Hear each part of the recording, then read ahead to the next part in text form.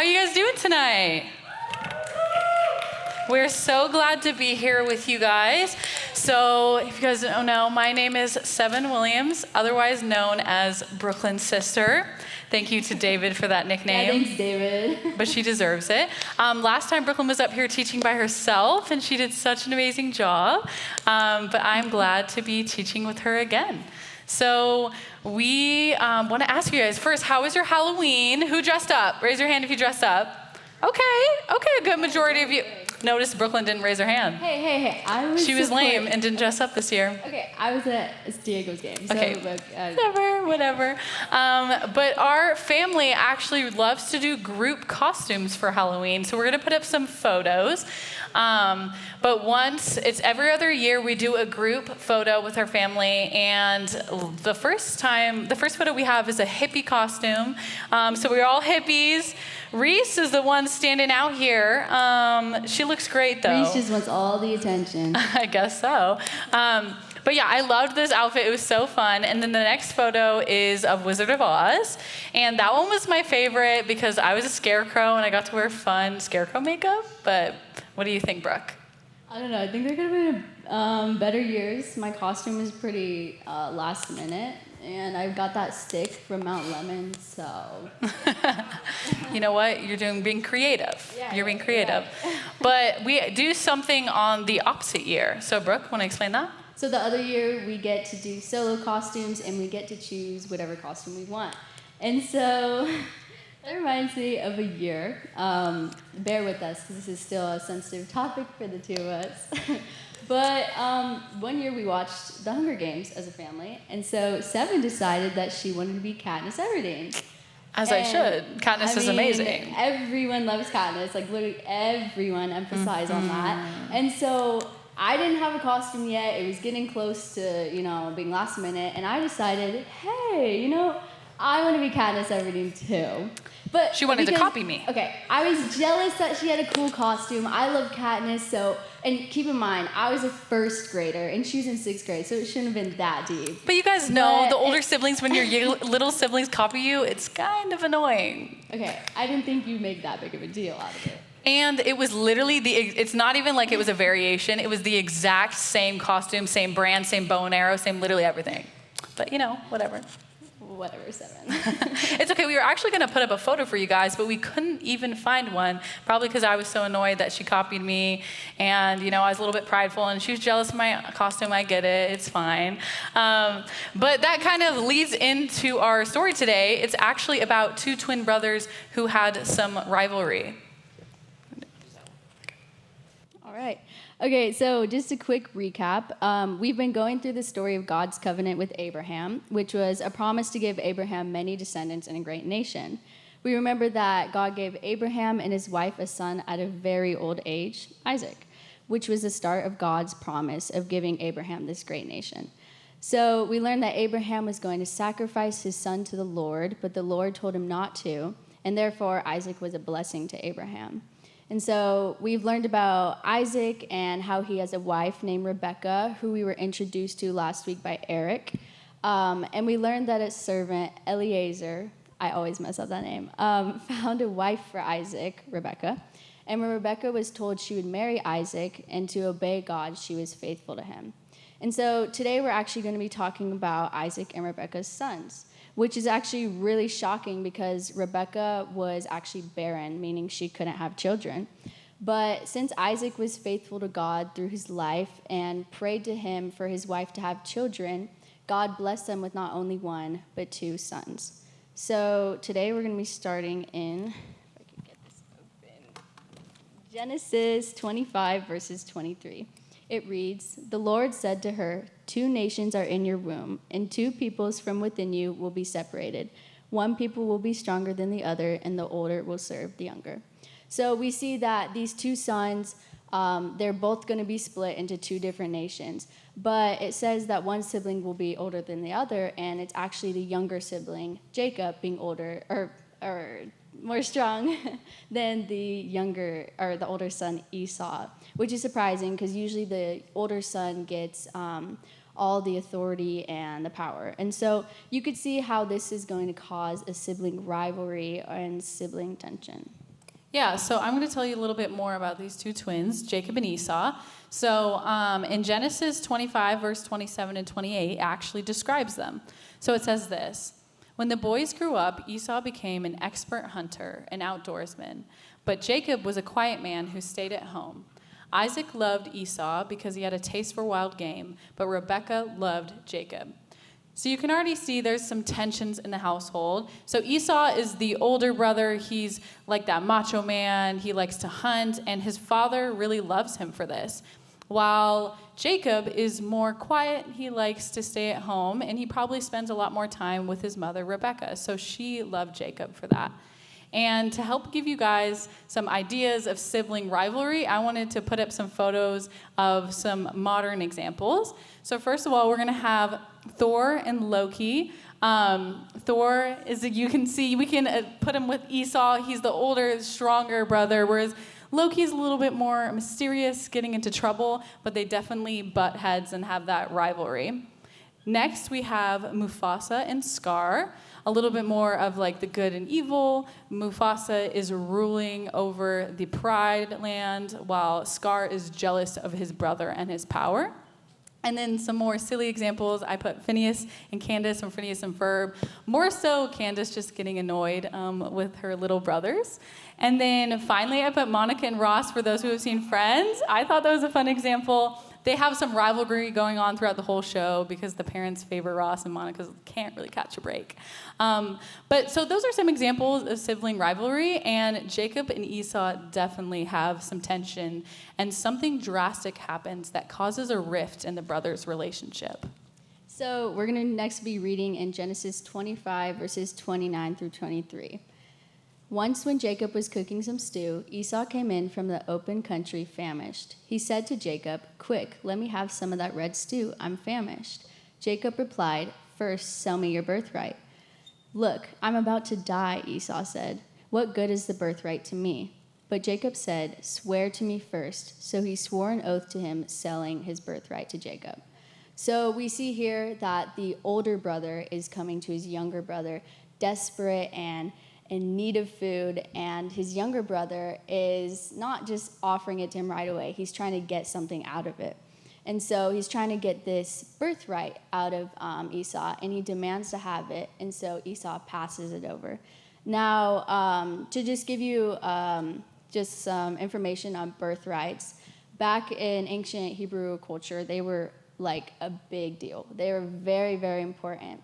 They were lined up for the firstborn male in the family, and the reason they were such a big deal is because they came with so many privileges.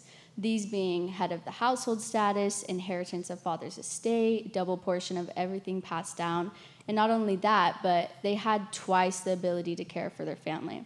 And since we're in Genesis, there were limited people. There weren't nearly as many people, so the person who had the birthright had a pretty big say and influence and authority to the people around him. So you could see how this is a pretty big deal. And so now hearing that, you wonder, why did Esau need some soup so badly that he would Literally, give it's up? just a bowl of soup. Yeah, like this huge thing, this birthright so easily. Well, here's one take on it. I mean, he came to Jacob, as he said, feeling like he was going to die. He could have maybe returned from hunting empty-handed and therefore had nothing to cook, or he could have came back with an empty stomach. But either way, he was desperate, and his brother took advantage of that and used it to take something really valuable from him. So, it's not a cool move. Okay, I wanna give a different take, and this might not be it, but think it's just these brothers, and let's put it like it's me in Brooklyn. So Brooklyn's making a grilled cheese. I come in from work, I'm like, oh my gosh, I'm starving. Brooklyn, please give me your grilled cheese. She's like, okay, I'll give you my grilled cheese if you give me gas money for the rest of the year. No, Brooklyn, please, I just want some grilled cheese. I'm starving, please. She's like, promise me you'll give me gas money for the rest of the year. Okay, give me the grilled cheese. So I think that could possibly be another take. Yeah. Maybe Esau just thought his brother was just being dumb. Like, it's a bowl of soup. Fine, have my birthright. Maybe he didn't take him seriously, and then Esau might have took that running saying, oh, my brother gave me the birthright. But that might not have been the case, but I can see that with the rivalry that they have. Maybe he just didn't take him seriously. And so, since we don't use birthrights today, and that doesn't really relate to us per se, I came up with a modern example that could happen today to show us what this situation would look or feel like for us. So, Sevin, let me ask you, what is something you work towards and hope to have one day? Well, more relevant thing happening right now. I'm graduating in May, and I'm getting my degree. Yes, I know it's very exciting. I know I've worked all these 4 years, and that's something that I hope to achieve, and I've been working for it for a long time. Okay, and now, how would you feel if I took that away from you, if I just took your degree? You're just going to take my degree? Yeah, just like that. I don't think that would be great. I worked so hard for this, and for you to just take it away, and then you would have my hard-earned credentials, and I wouldn't be able to get a job. See, this is exactly how Esau feels. I mean, Sevin, she's working incredibly hard for something that she knows she's going to get because she's earning of it. And you see, Esau, he was a strong, hard worker who was deserving of this birthright. And so to have it taken from his younger brother so easily had to have caused a lot of tension between the two and the start of the sibling rivalry between them. Yeah, definitely. I mean, Jacob just takes that birthright from his brother, so Esau's probably rightfully upset. But you know what? Hey, at least Esau still has his father's blessing. And let me tell you guys what this blessing really means. So this blessing from Isaac, the head of the household, is this great expression of love and support, basically reflecting God's blessing onto him. And the father can choose whoever he wants. It normally does go to the oldest. But as we know, the father does love Esau, and he wants to pass this blessing onto him as his passing wish. So Isaac is getting pretty old. He can't see very well, and he knows it is time to give his blessing. So he calls Esau to him and tells him to go hunt for game and to bring it back, prepare a dish, and bring it to him so that he may bless him. And Esau's like, of course, I'm going to go do this. So he leaves to go hunt. Well, while that conversation happened, Rebecca overhears this. And she's thinking, no, I want Jacob to have the blessing. So she tells her son Jacob that Esau is about to get this blessing from the father. And she said, hey, we are going to trick him so he thinks you are Esau. So she tells Jacob to go get a goat from ones they already have, to bring it in, and she will prepare a dish. And they end up cutting off the goat's fur and putting it on Jacob's arms to replicate Esau, the bigger, older, and it says in the Bible too, hairy brother. So it's to represent his hairy arms. So then we're going to read in Genesis 27:18-20, as Jacob goes to the father Isaac, disguised as Esau. And it says this: so he went in to his father and said, my father. And he said, here I am. Who are you, my son? Jacob said to his father, I am Esau, your firstborn. I have done as you told me. Now sit up and eat of my game, that your soul may bless me.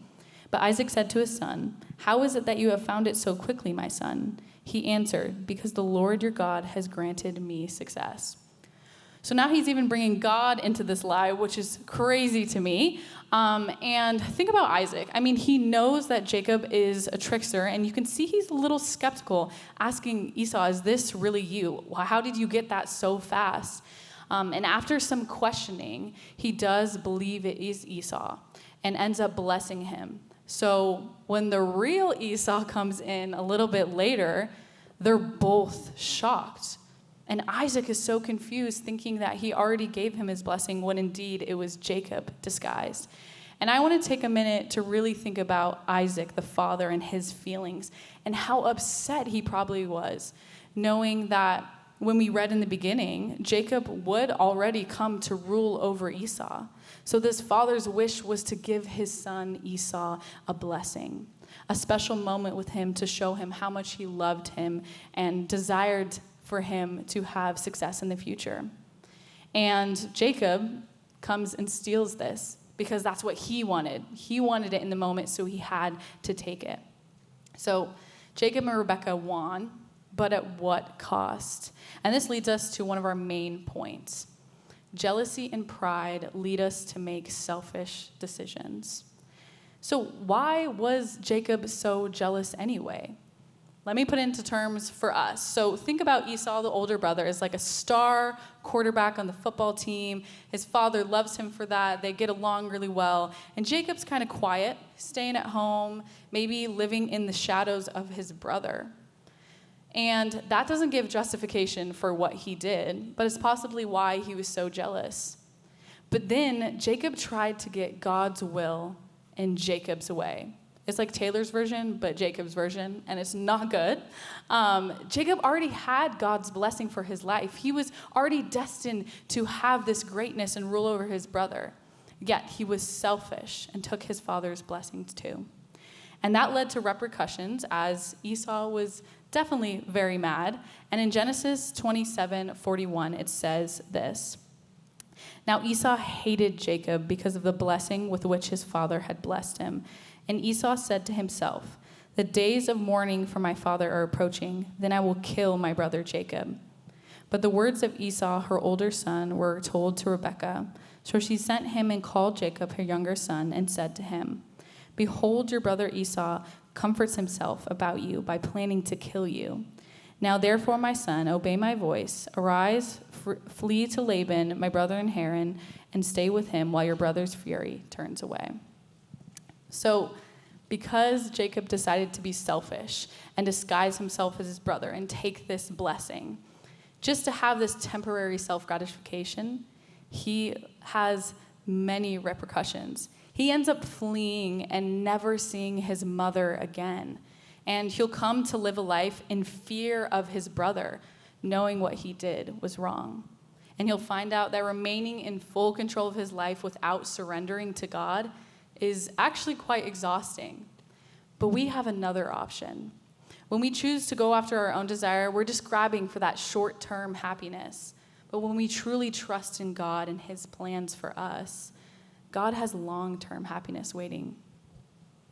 So now we're going to circle back to one of the examples we mentioned earlier, Mufasa and Scar.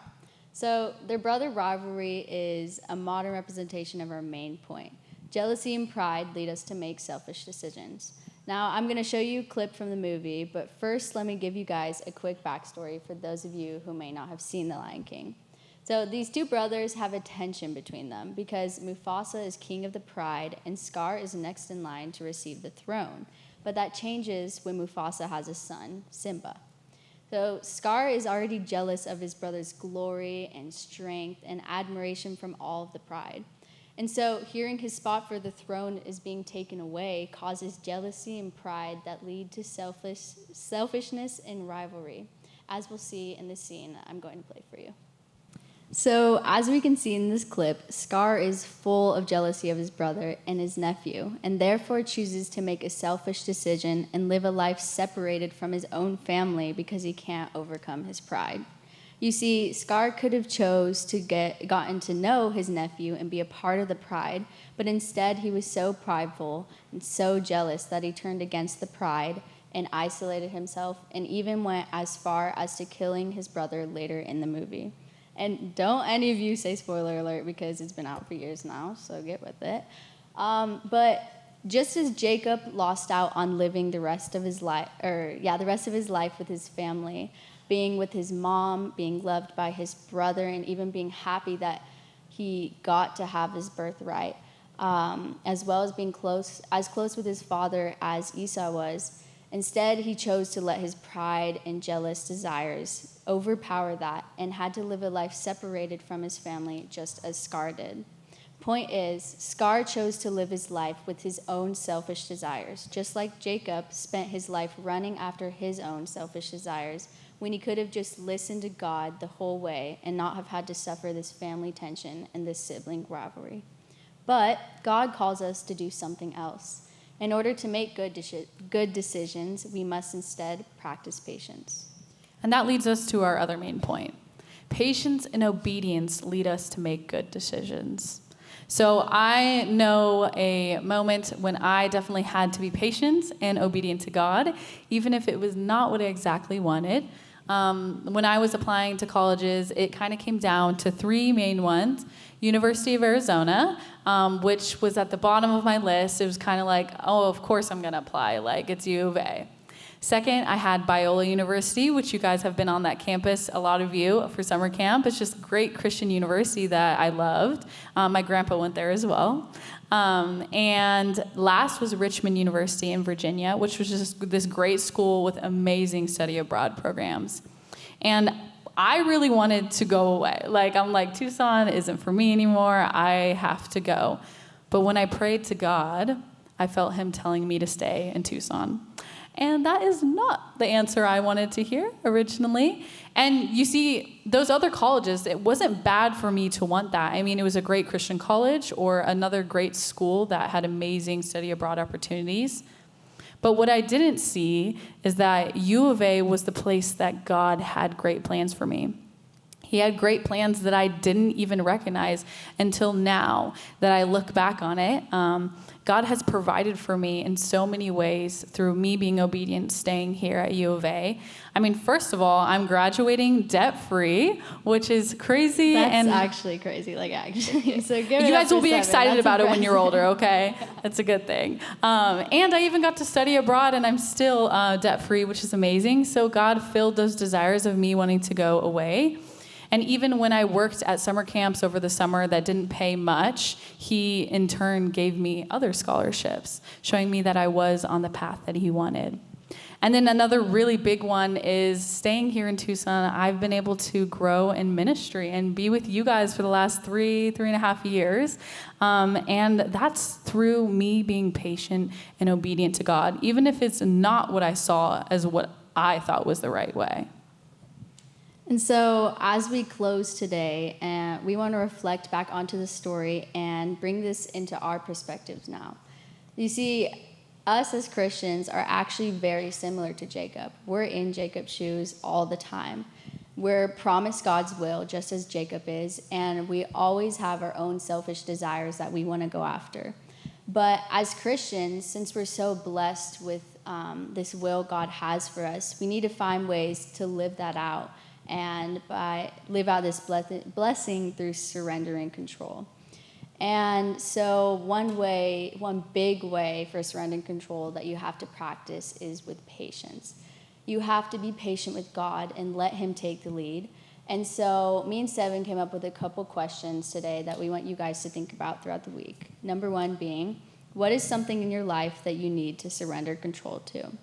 So we have a couple verses that we think are very good reminders of this. First one being Romans 12:12. Be joyful in hope, patient in affliction, faithful in prayer. So this is kind of in a way, it's kind of like a guide on how to practice your patience, because we can be joyful in hope that God has an amazing plan for us, patient in the hard times, and faithful in prayer, and using prayer as a tool as we wait for what God has for us. And the second verse being Romans 8, verses 25.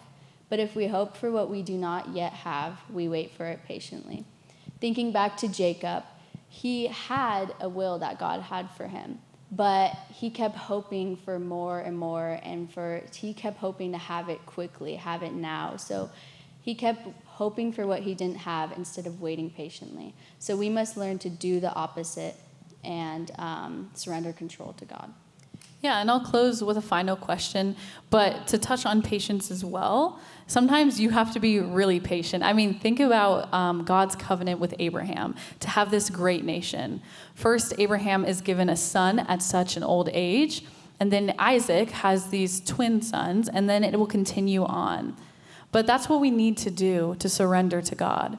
Practice patience and obedience. And I want to take this a step further and ask you this, to ask yourself, have you surrendered your life to God? Have you made him your Lord and Savior? Have you just surrendered complete control? Because as we saw with Jacob, it's exhausting to be in control all the time.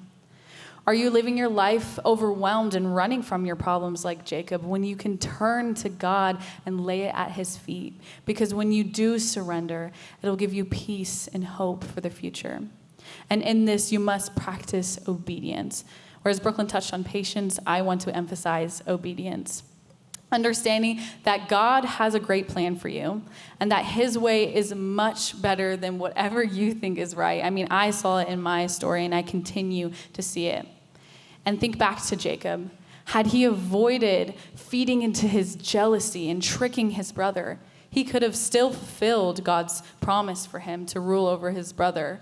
But he would have been able to do so with his family by his side, with the support and the love from his brother and his mother.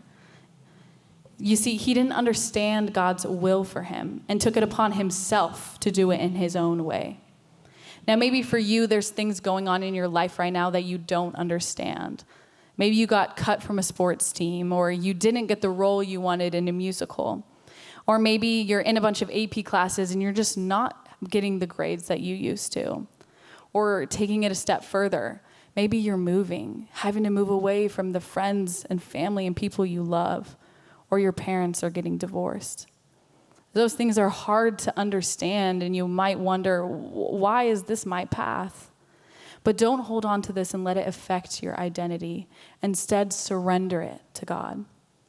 So ask yourself, are you ready to practice obedience and surrender everything that you have that is weighing down on your shoulders? Surrender this to the Lord for him to pick it up, because he's ready to guide you on this path. Will you let him? Let's pray. Dear Jesus, I just thank you for bringing everyone here tonight. I pray that we remember that with you and your plan for us, it is so good, but we must practice this patience with you.